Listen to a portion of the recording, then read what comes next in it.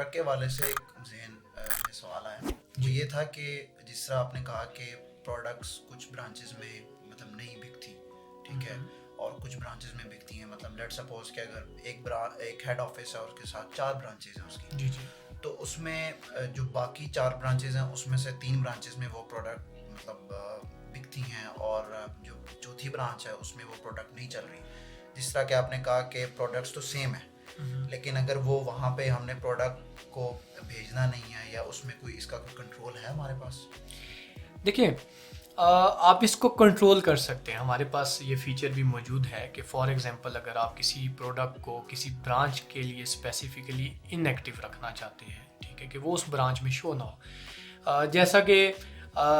ये लॉजिकल भी है कि एक ऐसी प्रोडक्ट जो उस ब्रांच में ना ख़रीदी जाती है ना बेची जाती है, तो हेड ऑफिस की वो प्रोडक्ट को उस ब्रांच के अंदर नज़र नहीं आना चाहिए, ताकि किसी किस्म की कोई मिस्टेक ना हो, ठीक है। या वो एनॉइंग फील होता है कि एक प्रोडक्ट आपके पास मौजूद नहीं है और वो आपकी सर्च लिस्ट में शो हो रही है, तो हम इस पे भी कंट्रोल देते हैं कि वो हेड ऑफिस से हम कंट्रोल करते हैं, वो प्रोडक्ट उस ब्रांच के लिए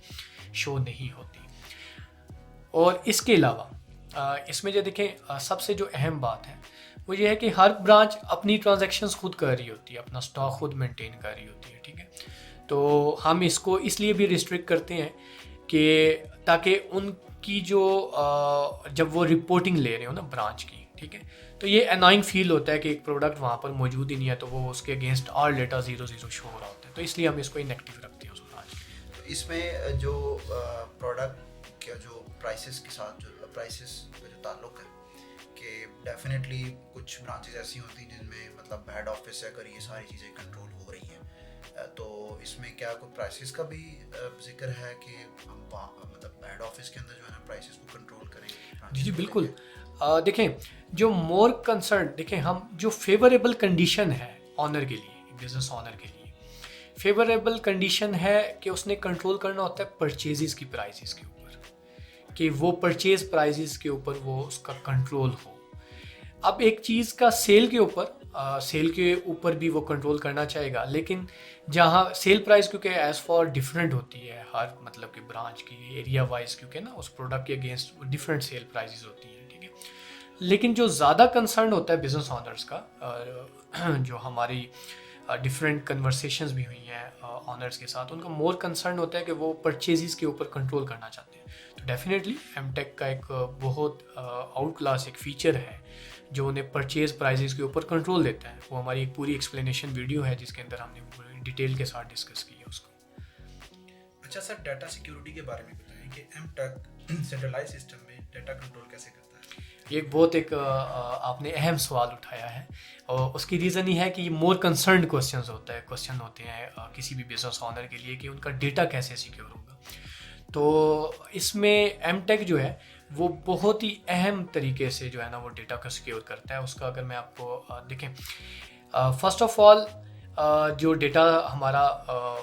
होता है वो पॉइंट ऑफ सेल पे, ठीक है। हम पॉइंट ऑफ सेल का जो डेटा है, जितना भी डेटा है उस पर सेल्स हो रही होती है ना पॉइंट ऑफ सेल पे, वो डेटा रियल टाइम पर रेप्लिकेट हो रहा होता है हमारे लोकल सर्वर पे। रेप्लिकेट से मुराद के वो शेयर हो रहा होता है। तो पॉइंट ऑफ सेल का सारा डेटा आपका जाता है उसमें लोकल सर्वर के अंदर, और परचेजेस का जितना भी रिकॉर्ड है वो भी लोकल सर्वर के अंदर डेटा जा रहा होता है, ठीक है, रियल टाइम के ऊपर। अब उसमें हम जो डेटा सिक्योर करते हैं वो इस तरह सिक्योर करते हैं कि जो लोकल सर्वर होता है उसका एक बैकअप सर्वर भी लगा होता है जिसमें रियल टाइम डेटा रेप्लिकेट हो रहा होता है बैकअप सर्वर में।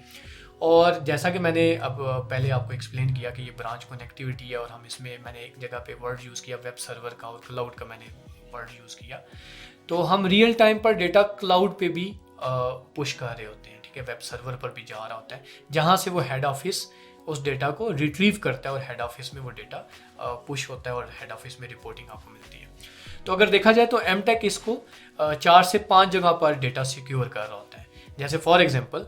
डेटा सिक्योरिटी का सवाल इसलिए लोगों के जहन में आता है कि कोई भी मिसहैप हो सकता है, ठीक है, वो आइदर को हार्डवेयर फेलियर हो सकता है या वो कोई हादसा हो सकता है उस ब्रांच के अंदर, तो उसमें डेटा कैसे सिक्योर होगा। तो देखें बात शुरू होती है पॉइंट ऑफ सेल से। अगर in case point of sale के साथ कोई मिसहैप होता है, तो क्योंकि उसका डेटा मैंने आपको बताया कि वो रियल टाइम पे रेप्लिकेट करता है, और लोकल सर्वर के अंदर। तो अगर किसी पॉइंट ऑफ सेल के साथ कोई मिसहैप होता है तो आप अपना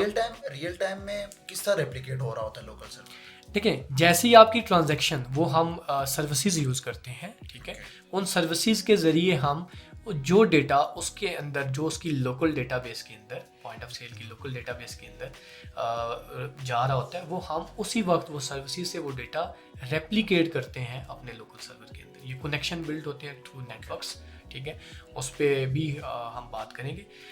उसमें ये है कि जब ये पॉइंट ऑफ सेल को मिसहैप हुआ तो आप लोकल सर्वर से डेटा रिट्रीव कर लेंगे। अब अगर इन केस आपका वो लोकल सर्वर डाउन हो जाता है किसी भी वजह से, तो वहाँ पर दो काम हो रहे हैं। एक तो रियल टाइम वेब सर्वर पे भी डेटा जा रहा है, रेप्लिकेट हो रहा है, और बैकअप सर्वर में भी जा रहा है। तो अब आप क्या करेंगे, लाइव सर्वर अगर आपका मिसहैप हो गया तो आप अपने बैकअप सर्वर से रियल टाइम डेटा ले सकते हैं। अच्छा, अब एक सिनेरियो ये बनता है कि दोनों के साथ मिसहैप हो गया, कि लाइव सर्वर भी आपका डाउन हो गया और बैकअप सर्वर भी किसी भी वजह से डाउन हो गया, तो अब आप डेटा वेब सर्वर से ले सकते हैं, वेब सर्वर से भी। और क्योंकि वो वेब सर्वर से रियल टाइम हेड ऑफिस में भी डेटा रेप्लिकेट हो रहा होता है, तो उसी आप हेड ऑफिस से भी वो डेटा रिट्रीव कर सकते हैं।